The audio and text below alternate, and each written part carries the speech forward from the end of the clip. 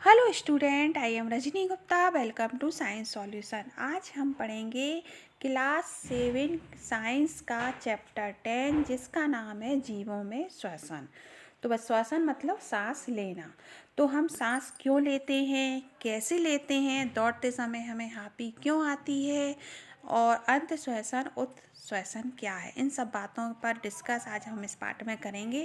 सबसे पहला टॉपिक है हम श्वसन क्यों करते हैं। श्वसन मीन्स हम सांस क्यों लेते हैं।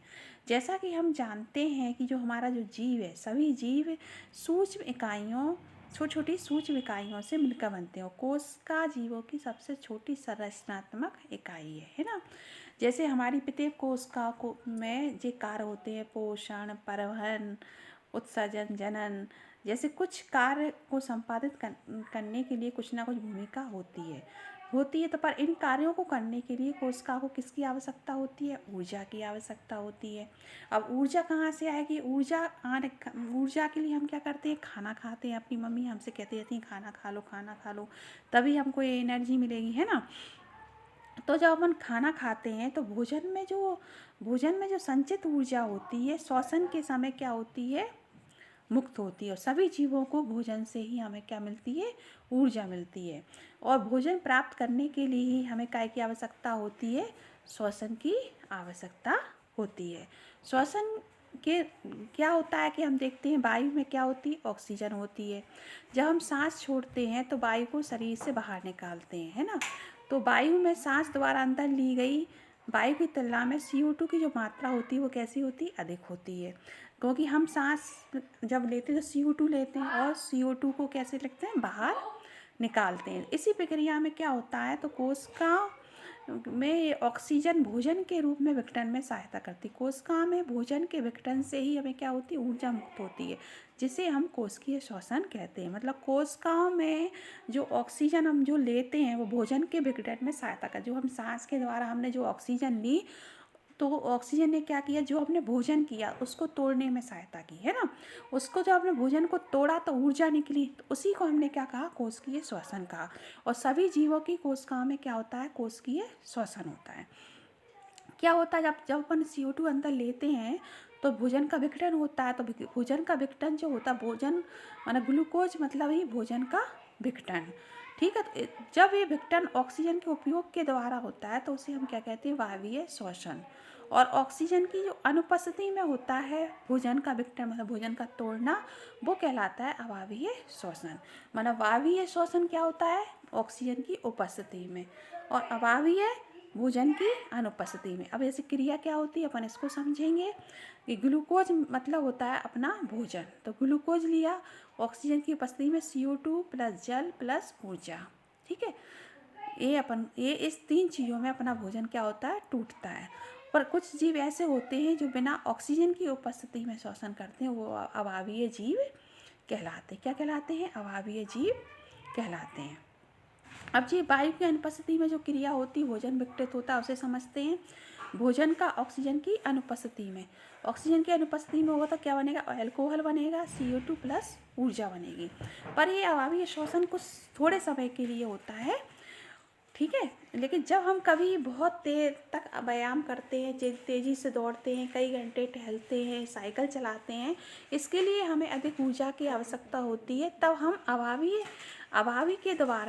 अवायवीय श्वसन के द्वारा हम इस अतिरिक्त मांग को क्या करते हैं? हम पूरा करते हैं, ठीक है। तो ग्लूकोज ऑक्सीजन की अनुपस्थिति में लैक्टिक अम्ल प्लस ऊर्जा, इस तरीके से हमारा ये काम होता है।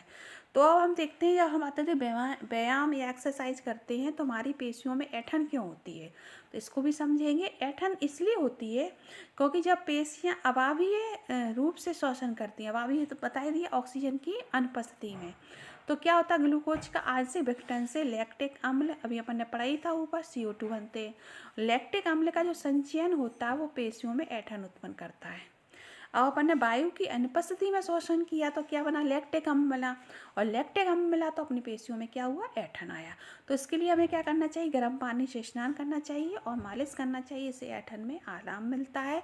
मालिश करने और गर्म पानी से स्नान करने से क्या हो जाता है? रक्त का जो संचरण होता है वो बढ़ जाता है, ठीक है बच्चों। अब अपन आते हैं श्वसन। अगर हम श्वसन नहीं करेंगे तो क्या होगा? अगर आप नाक और मुंह को कुछ समय के लिए बंद कर दें तो क्या होगा, आपको चित्र में दिख रहा है, सांस को रोक दें तो क्या होगा, हम ज़्यादा देर तक बिना सांस के नहीं रह पाएंगे। तो जीवन मतलब सांस लेना हमारे जीवन के लिए बहुत महत्वपूर्ण है। ठीक है, तो इसी प्रकार ऑक्सीजन से समृद्ध वायु को अगर हम अंदर लेते हैं या ग्रहण करते हैं और CO2 को क्या करते हैं, बाहर निकालते हैं ना, तो यह क्रिया कहलाती है अंत श्वसन।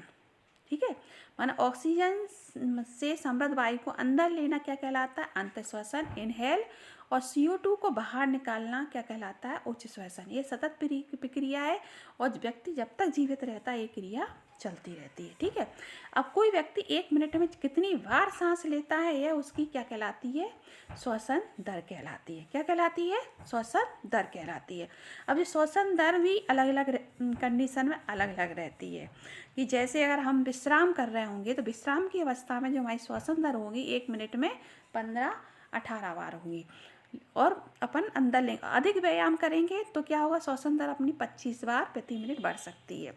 तो हम न केवल तेज़ी से सांस लेते हैं बल्कि गहरी सांस भी लेते हैं और अधिक ऑक्सीजन भी ग्रहण करते, कब, एक्सरसाइज करते समय। तो हमने क्या देखा, हमने ये देखा कि जब हम करते हैं तो जो श्वसन की दर है सामान्य अवस्था में अलग रहती है, 10 मिनट तेज़ चलने में अलग रहती है, 100 मीटर के बाद अलग, तो विश्राम अवस्था में अलग रहती है। तो जो श्वसन की दर है अलग अलग कंडीशन में अपनी अलग अलग रहेगी। ये चित्र हैं, दिख रहे हैं, दौड़ते समय, सोते समय, चलते समय, बर्तन मांजते समय, सीढ़ियाँ चलते समय, किताब पढ़ते, हर समय अपनी श्वसन की दर कैसी होगी, अलग अलग होगी। ठीक है, अब हम सांस क्यों लेते हैं, है ना, क्यों आवश्यकता है सांस लेने की और हम क्यों लेते हैं, और अब हम सांस, अभी अपन ने पढ़ा क्यों लेते हैं इसको समझ, अब हम सांस कैसे लेते हैं इस पर डिस्कस करेंगे। सॉरी, तो सबसे पहले आपने देखा अपन नाक के द्वारा अपन ने सांस को अंदर लिया, नाक से ये अपनी श्वास नली से होकर कहाँ चली गई, फेफड़ों में चली गई। ये चित्र दिख रहा है, चित्र में अपन क्लियर, अपने नाक से क्या ली, सांस ली, नाक से इस नली से होते हुए, श्वास नली से होते हुए कहाँ पहुँच गई जी, अपने फेफड़ों में पहुँच गई, फेफड़ों में पहुँच चुकी है। 2 फेफड़े और 1 हृदय होता है, तो अपन को पता ही है। ये अपनी क्या है, पसलियाँ हैं, है ना, और ये पसलियों के, ये हृदय का, ये पसलियों के बाद का ये चित्र है। इस नीचे का जो चित्र होता है मतलब बड़ी पेशी, जिसे हम क्या कहते हैं, डायाफ्राम कहते हैं। इसके जरिए अपन देखते हैं कि जो वक्षगुहा के पसलियों से, अपनी वक्षगुहा अपन ने चित्र में देखा ही है कैसी घिरी है, पसलियों से घिरी है, और ये घिरी है ना पसलियों से। इस बड़ी पेशी परत को ही हम क्या कहते हैं, जो बड़ी पेशी परत, इसे हम क्या कहते हैं, डायाफ्राम कहते हैं। ये दिख रहा है अपन को, है ना, और ये श्वसन में डायाफ्राम पसलियों से बने पंजर की गति पर सम्मिलित होती है। अंत श्वसन के समय पसलियाँ ऊपर की ओर और बाहर की ओर गति करती है। अंत श्वसन मतलब जब हम ऑक्सीजन को अंदर लेते हैं उस स्थिति में क्या होता है, डायाफ्राम नीचे की ओर गति करता है, वक्षगुहा का जो आयतन है वो कैसा हो जाता है, बढ़ जाता है। लेकिन उच्च श्वसन मतलब जब हम CO2 बाहर निकालते हैं तो पसलियाँ नीचे की ओर अंदर आती हैं और जबकि डायाफ्राम ऊपर की ओर गति करता है। इसका अपन चित्र के द्वारा समझेंगे, दोनों चित्र हैं ये।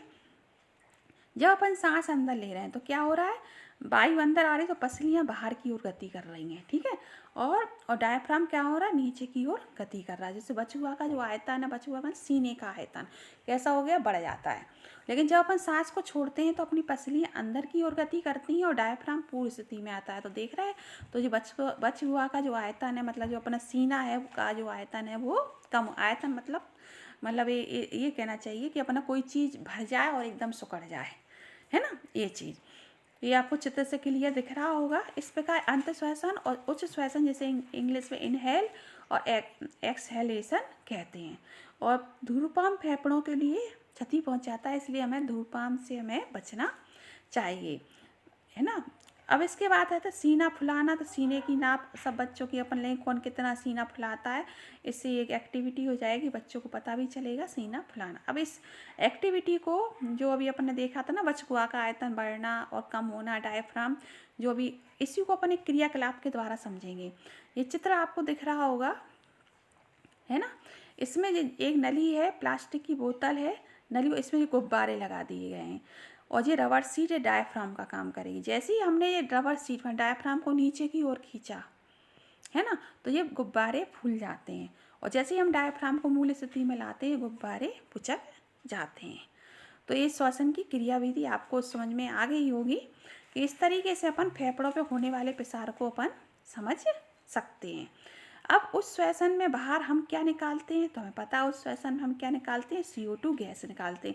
इसके लिए अपन एक प्रयोग भी कर सकते हैं कि परख नली में एक परख नली लेंगे, इसमें छोटा सा ताजा सोने का पानी डालेंगे और उसमें एक स्ट्रा डुबाएंगे चूने के पानी तक, और अपन उसमें क्या डालें, फूंक डालेंगे तो क्या दिखते हैं, उसमें बुलबुले दिखते हैं। तो क्यों दिखते हैं, इससे सिद्ध होता है कि हमने क्या कौन सी गैस छोड़ी है, CO2 गैस छोड़ी है। कभी कभी क्या होता है, जैसे दर्पण पर हम कांच का दर्पण होगा, उस पर अगर हम ऐसे फूंकते हैं तो देखते हैं उस पर धुंधली सतह दिखाई देती है नमी के कारण। तो ये किसके कारण होते हैं, CO2 गैस के कारण ही होता है, क्योंकि छोड़ते अपन गैस कौन सी छोड़ते हैं, CO2 गैस छोड़ते हैं। फिर है अन्य जंतुओं में श्वसन। अन्य जंतुओं में जैसे हाथी, शेर, बकरी, चूहा, छिपकली, सर्प, ये पक्षी आदि जंतुओं की वक्ष गुहा में मनुष्य की भांति ही फेफड़े होते हैं, मतलब ये फेफड़ों से श्वसन करते हैं। ठीक है, इसके बाद अपन आते हैं कॉकरोच। कॉकरोच क्या करता है, कॉकरोच के शरीर के पार्श्व भाग में बहुत छोटे छोटे छिद्र होते हैं जिन्हें हम कहते हैं श्वास रंध्र। ठीक है, और इन्हीं गैसों के विनिमय में वायु नलियों का जो जाल बिछा रहता है, जिसे हम श्वास नाल या वातक कहलाते हैं। ठीक है, और जो चित्र दिख रहा है ये श्वास नाल है, ये है ना, ये देखो छोटे छोटे चित्र हैं। ये चित्र भी कभी कभी पेपर में आता है, श्वास रंध्र क्या होता है, श्वास नाल क्या होती है, ये है। इसके बाद क्या होता है, जो श्वास रंध्रों से आपने देखा ही जो छोटे छोटे छिद्र हैं, श्वास नालों में जाकर शरीर के ऊतकों में विसरित होती है, शरीर की प्रत्येक कोशिका में पहुंचती है। इस प्रकार कोशिकाओं में CO2 जो है श्वास नालों में आती है और रंध्रों से फिर बाहर निकल जाती है। श्वास नाल केवल कीटों में ही पाए जाते हैं, जंतुओं में ऐसी व्यवस्था नहीं पाई जाती है। अगला है केंचुआ। केंचुआ कैसे करता है, केंचुआ त्वचा से सांस लेता है, इनमें गैसों का आगमन आसानी से हो जाता है। मेंढक में मनुष्य की भांति ही फेफड़े होते हैं, पर लेकिन मेंढक कभी कभी त्वचा से भी श्वसन करते हैं। ठीक है, अब इसके बाद आती है मछली। मछली में चित्र दिख रहा है क्लोम। मछली में क्या होते हैं, क्लोम होते हैं, जिसके जरिए पानी में घुली हुई ऑक्सीजन का वो श्वसन के द्वारा ऑक्सीजन लेती है, और ये क्लोम के द्वारा मछलियाँ क्या करती हैं, श्वसन करती हैं। इसी प्रकार जो पेड़ पौधे होते हैं, पेड़ पौधे भी श्वसन करते हैं। पेड़ पौधे भी जीवों की भांति ऑक्सीजन को अंदर लेते हैं और CO2 को बाहर निकालते हैं। और एक ग्लूकोज में के कार्बन डाइऑक्साइड जल के विघटन करने के लिए किया जाता है जीव। पादप में प्रत्येक अंग वायु स्वतंत्र रूप से ऑक्सीजन ग्रहण करता है, CO2 को क्या करता है, निकालता है। पेड़ पौधे क्या करते हैं, इनमें पेड़ पौधों में जो होते हैं वो क्या कहते हैं, मूल कोशिका, मतलब मूल कोशिका जड़ों में और कणों के बीच क्या होती है, खाली जगह होती है। खाली जगह में उपस्थित वायु से क्या करते हैं, ऑक्सीजन ले लेते हैं। कौन लेता है, जड़ लेता है।